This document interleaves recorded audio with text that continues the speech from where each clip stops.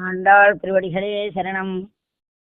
ஏத்தகலங்கள் எதிரு பொங்கி மீதளிப்ப மாத்தாதே பால் சொரியும் வள்ளல் பெரும் பசுக்கள் ஆத்த படைத்தான் மகனே அறிவுராய் கூத்தமுடையாய் பெரியாய் உலகினில் தோத்தமாய் நின்ற சுடரே துயிலழாய் மாத்தார் நக்கு ஒலிதெழுந்தும் வாசற்கண் ஆத்தாது வந்து நடைபணியும் அப்போலே పోతియాం వందోం పుగళందేలోర్ ఎంపావాయ్.